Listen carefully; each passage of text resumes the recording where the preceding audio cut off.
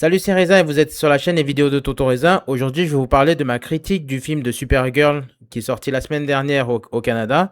Donc, voici ma review.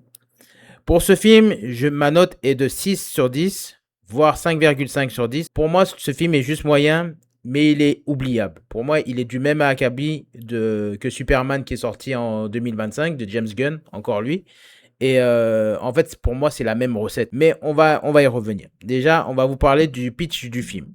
Donc, Supergirl, elle fête son anniversaire dans différents endroits. Et là, elle fête son anniversaire dans une planète où il y a le soleil rouge.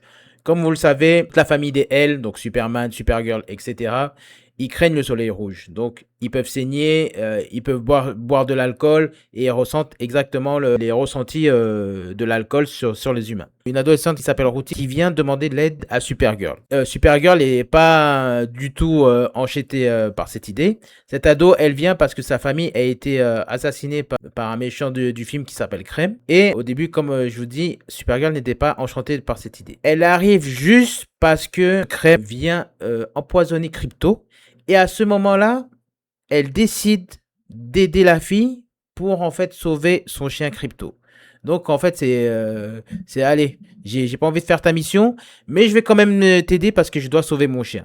Déjà le scénario il est un peu bizarre et je vous l'avoue, pour moi ce scénario il tient sur un post-it. Et pour moi ce scénario il ressemble totalement à John Wick. Parce que dans John Wick 1 c'était exactement la même chose. Keanu Reeves, son chien décède et après il enquête de vengeance. Et c'est à partir de là, après qu'on a pu voir le 2, le 3, le 4, le 5 de John Wick.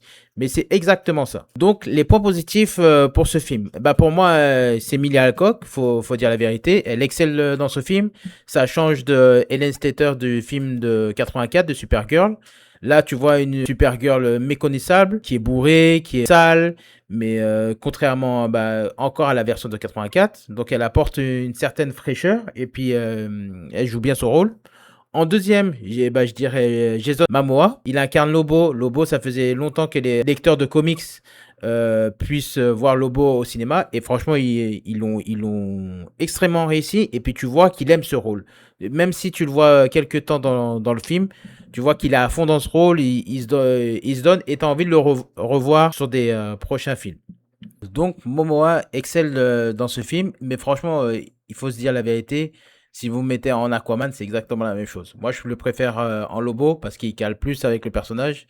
Mais c'est exactement le même rôle, mais en Lobo. Le point positif du film, c'est j'ai trouvé le ton de ce film, alors que ce film, c'est un PG-13 qui est particulièrement sombre.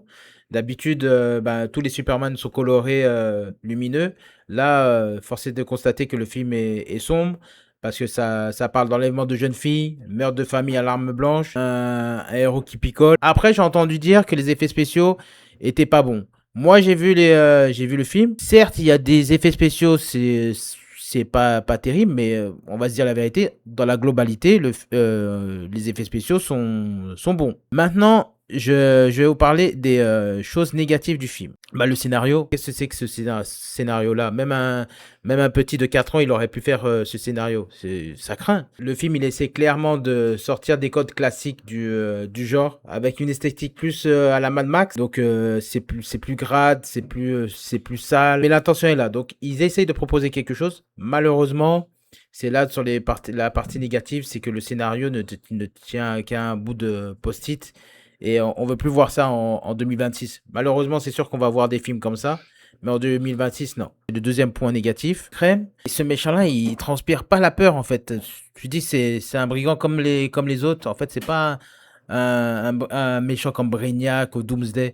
Après, avec tous les personnages que Superman il a, Supergirl, ils nous ont pondu un Crème qui fait pas du tout peur.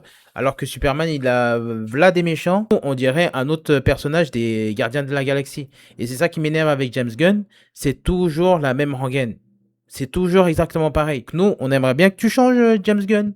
C'est donne-nous quelque chose à manger. Parce que même le Superman de 2025, c'était la même chose. Autre point, normalement, dans le comics Supergirl Woman of Tomorrow, Crypto meurt. Je pense qu'ils auraient dû laisser Crypto mourir. Parce que c'est pas un spoiler que je vous dis, mais Crypto ne meurt pas. Tandis que dans le comics, Crypto il meurt. Donc je pense qu'ils auraient dû laisser ça comme ça. Mais je pense que pour pas effrayer certaines personnes, donc ils l'ont laissé vivant. Ah oui, j'ai failli oublier. Le troisième point négatif du film, c'est la trame musicale. T'as pas une trame musicale qui est vraiment bonne sur ce film. James Gunn, il avait fait Les Gardiens de la Galaxie. Toute la bande originale de Gardiens de la Galaxie, ce que je peux dire, elle est excellente. Et à chaque fois, il y avait quelque chose, et ben ça collait avec les scènes du film. Là, la trame sonore, ça colle pas du tout à travers le film. Donc, je sais pas du tout ce qu'ils ont fait sur ce niveau-là, mais ils auraient pu s'améliorer. Donc, mon verdict, eh ben, au final, Supergirl, c'est un film qui se regarde, porté par une actrice qui mérite clairement mieux, mais il s'est plombé par le scénario qui est fainéant et puis une réalisation sans vraie personnalité. C'est pas la catastrophe qu'on a voulu nous vendre, mais force est de constater que le film est tout juste correct. Donc 6 sur 10, c'est bien, mais ça a bien mérité. Dites-moi ce que vous en avez pensé. Mettez-moi des commentaires dans ma vidéo et puis on se retrouve à la semaine prochaine. Allez, bye.